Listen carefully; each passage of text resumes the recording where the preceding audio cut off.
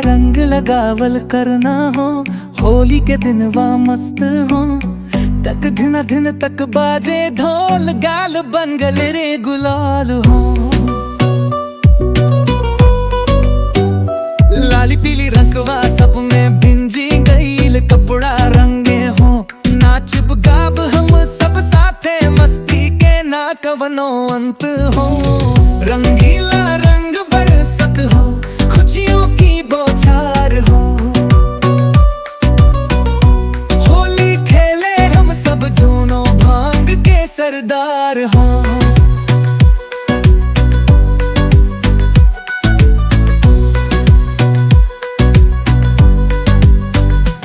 मीठी गुजिया खाओ रे भाई, रंगाई संग बहार हो। नाच गाप सब संग झूमे, होली का के हारार हो।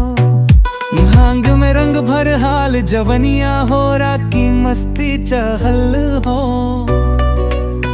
फागुन में फगुआ गावावट, सब मिलके त्योहार मनावल हो। रंगीला रंग बरसत हो, खुशियों की